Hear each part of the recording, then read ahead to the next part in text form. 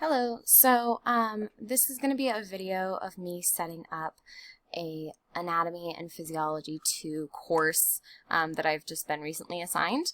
And so hopefully this will be helpful if you have been assigned this class and you're setting it up as well.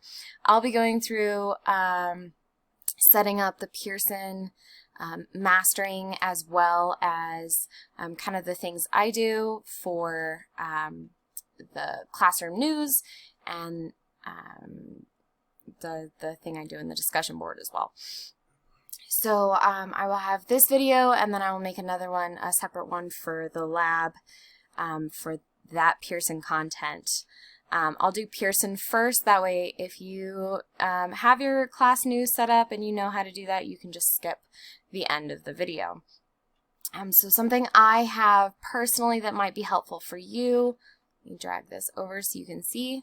I have a Word document that I always keep for my class setup, and this is for, this I use for all of my classes, but I mostly teach A&PII, so I have the modules here as well, and this comes in handy in a second when I set up Pearson. But some of my initial things that I have to do for every single class are on here, and then I have my news posts, a document for those as well, that I set up to automatically release when I want them to for each class. That way I don't have to remember at the beginning of Module 3 to go in and post for my Module 3 news.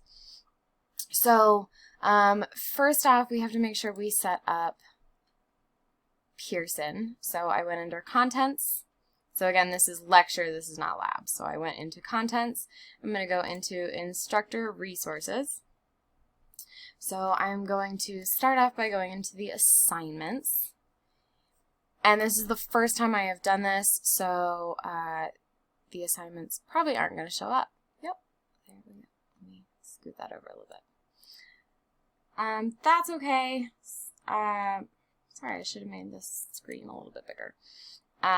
That's okay, because all I'm going to do is, there we go, sorry, is I'm going to back out of this, give it a second, and then it should pop back up. There we go. Okay, so what I'm going to do first is, there is an Intro to Mastering Anatomy and Physiology. There's 2 of them.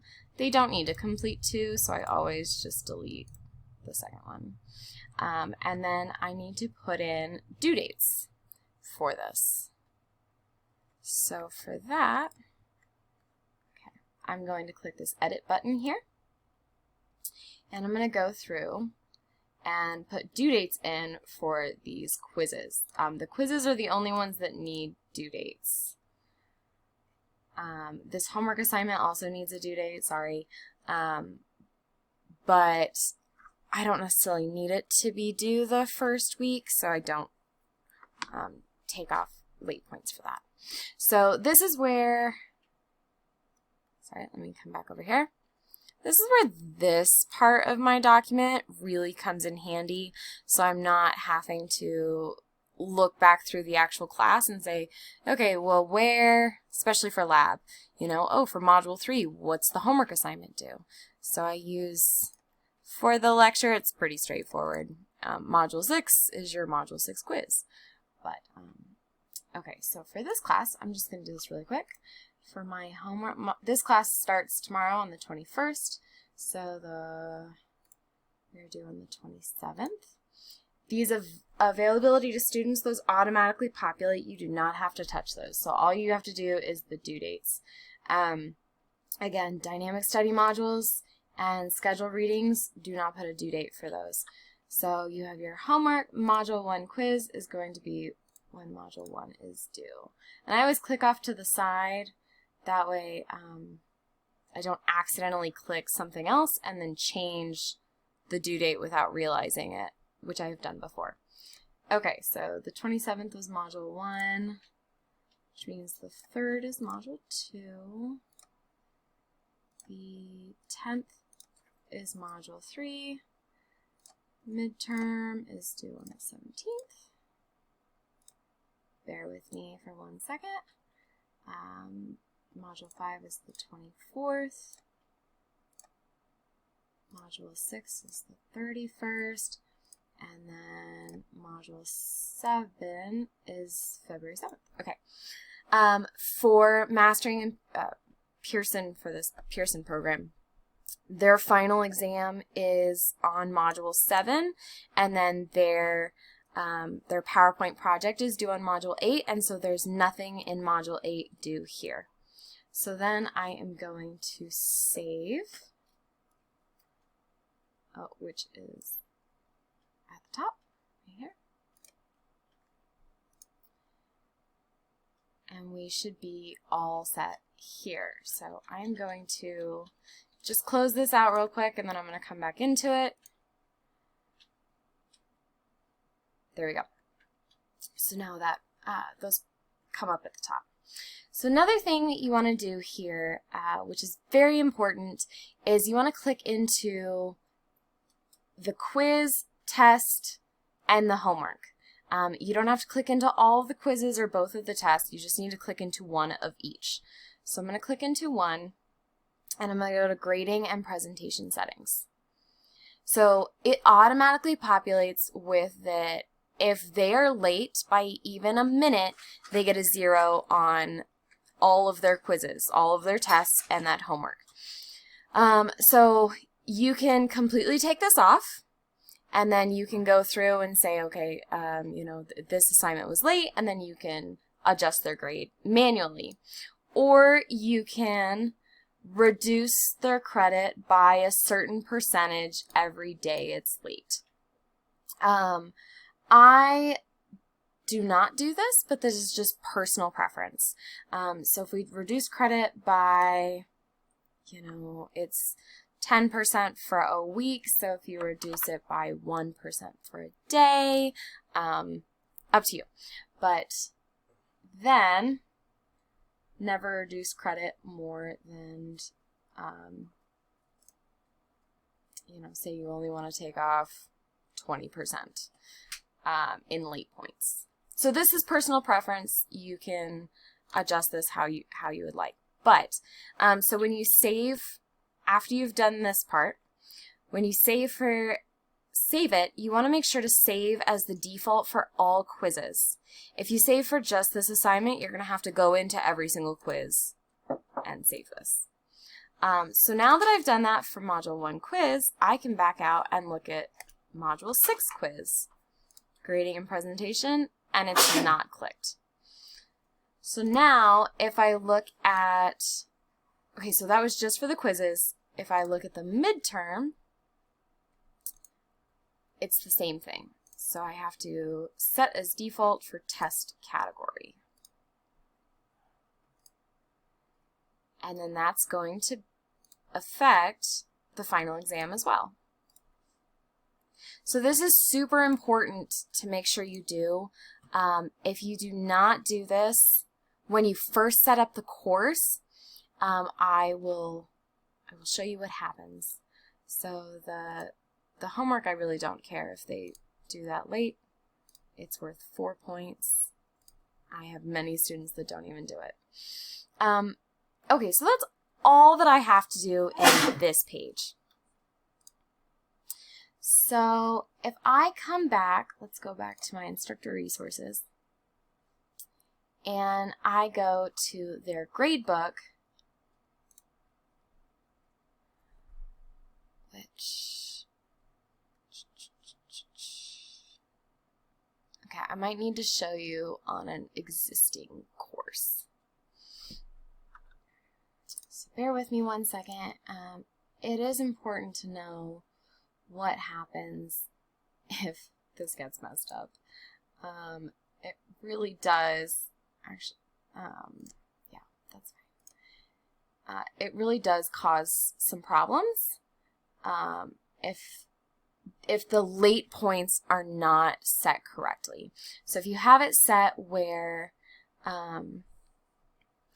they lose all credit if even a little bit late. The problem is the Pearson system, I believe, is on East Coast time, and many of our students are in Arizona, and so, you know, it could be past midnight for the Pearson system, but then they could still be submitting on time. So what it does, let me just click this person's grade. That's fine.